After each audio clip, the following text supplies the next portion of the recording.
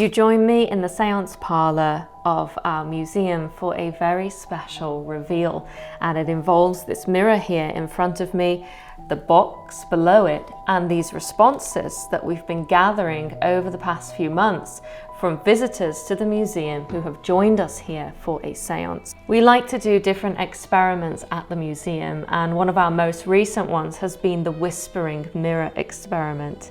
Essentially, during our séances, we've invited visitors up to this mirror here, uncovered, in order to scry into its glass to see if they can figure out what lies within the sealed box below. Only myself, Eric, and the mirror know the emotionally charged artifact that's been sealed within.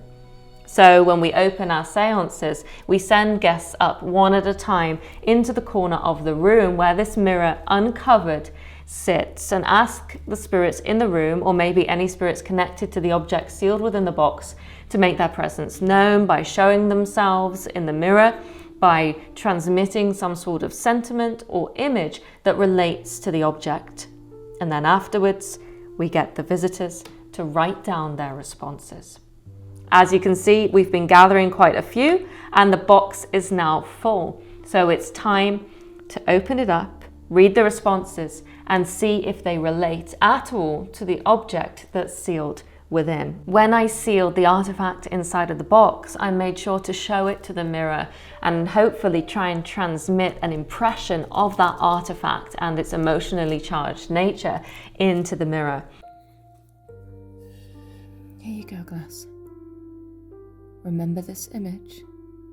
Remember. Remember. Remember them, glass. After which the mirror was covered with this fabric and only opened during those seances. So the reason that we've kept it covered has been to keep that energy within, and also to kind of mimic the practices of Victorian Britain and elsewhere around the world, when after there would be a death, mirrors would be covered. The belief being that the soul may become inadvertently trapped within the looking glass and held there forevermore. So mirrors have a long history of holding energy, with it popularly thought in common beliefs that they can act as portals and paranormal objects in their own right. So this experiment has really sought to test the limits of that belief and see if they can be used in order to transmit information. We're going to begin by opening up the responses, seeing if there are any commonalities, and then I will reveal what's inside of the box. And for those of you at home, if you do pick up any sensations from the box, you're more than welcome to leave a comment. It can be a simple word, it can be a few sentences, whatever you feel is within the box, and then at the end we'll compare it with what is actually in there. And we have GhostTube Seer running here on this tablet computer to see if there are any spirits within the room, or indeed spirits connected to the artifact within the box, who want to show us an image of that object or anything related to it as we open these responses. So let's get started with our first one here. And okay, we already have an image come through, so it is a black and white corridor. And I'm going to try and stay kind of poker faced as I read these, so as not to reveal if any of them are relevant until the end when I actually reveal the object. So our first response is blue-green light, something metal. And when guests come and do this at the museum, we very much say to them to put whatever comes to them. It can be a full sentence, it can be just a single word, a name, a place, a date. They can draw us a picture if they like. It really is supposed to be tapping into intuition to see if they can use any inherent psychic abilities or sensitivities that they may have in order to access information within the box, or indeed transmitted through the mirror. So there really is no right or wrong way of putting down responses on paper. Baby shoe. Old round tin, vintage, maybe hair wax. So brooch or something sharp. I think I can see a shell comb. Necklace. Oh, a little picture on this one. Crystal. Clear or white. And a big thank you to everybody who's attended one of our seances since we've opened the museum and specifically joined us for this whispering mirror experiment. We hope that you've enjoyed it and maybe that your response actually comes through and relates to the object in the box. Swagging also felt like table was going to fall forward. Something associated with the smell of perfume, possibly a vial. A mourning ring. 2 hands grasping a heart. There's quite a few references to jewelry that I am noticing as we go through. So someone here saying that they couldn't imagine the object, but they did have a tingling in their hand and a pressure on their chest as they did the mirror scrying.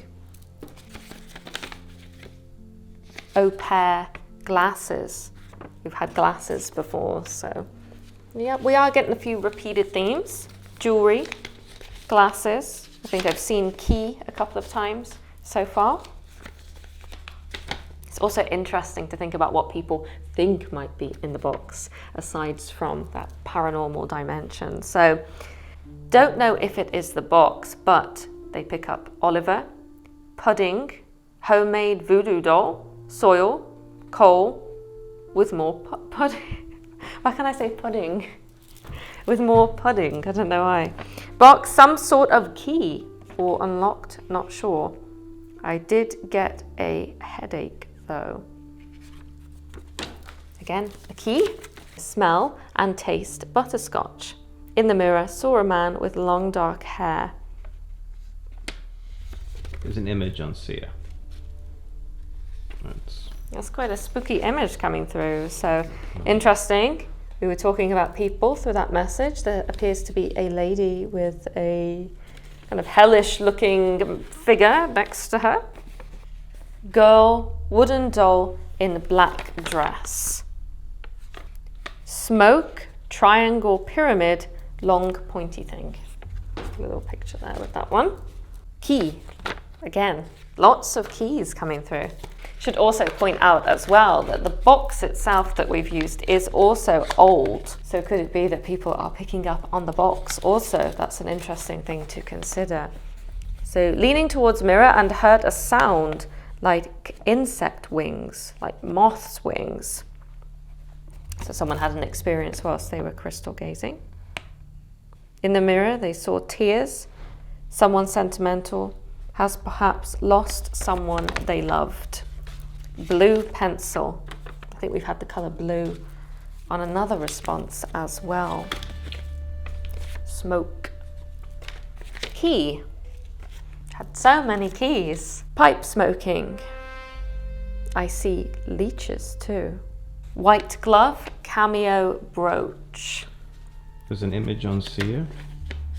Yeah, so an image has just come through of what looks to be an eagle.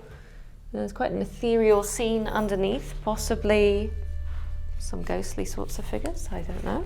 Something that goes around the neck. Swaying, moving energy. Bike. Spoon. Haven't had that one yet. Rocking back and forward, side to side, so someone was having an experience as they were mirror scrying, which does happen. Oftentimes we get visitors during seances getting physical sensations, different sensations both around the table and also when they come and perhaps mirror scry or do some of the other experiments. An image has come through Sia. So we have an image of a lighthouse coming through, a black and white image.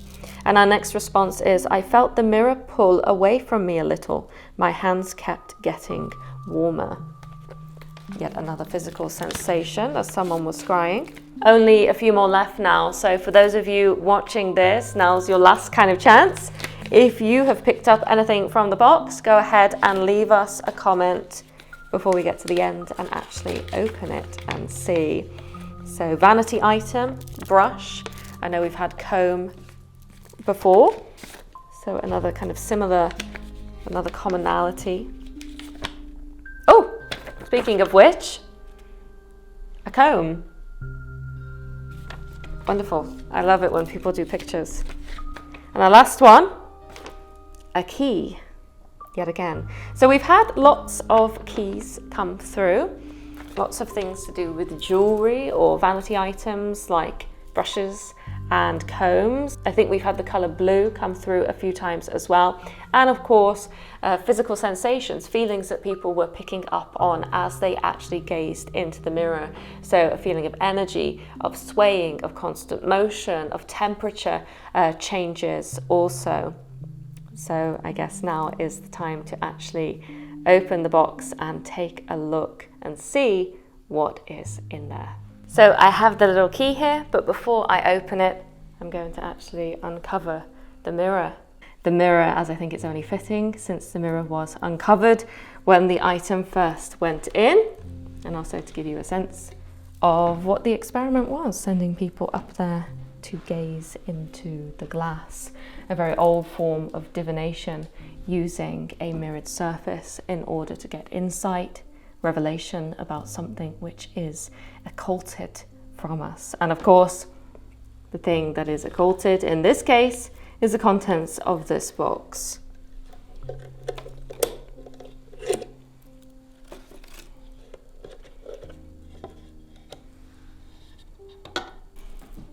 So here we go.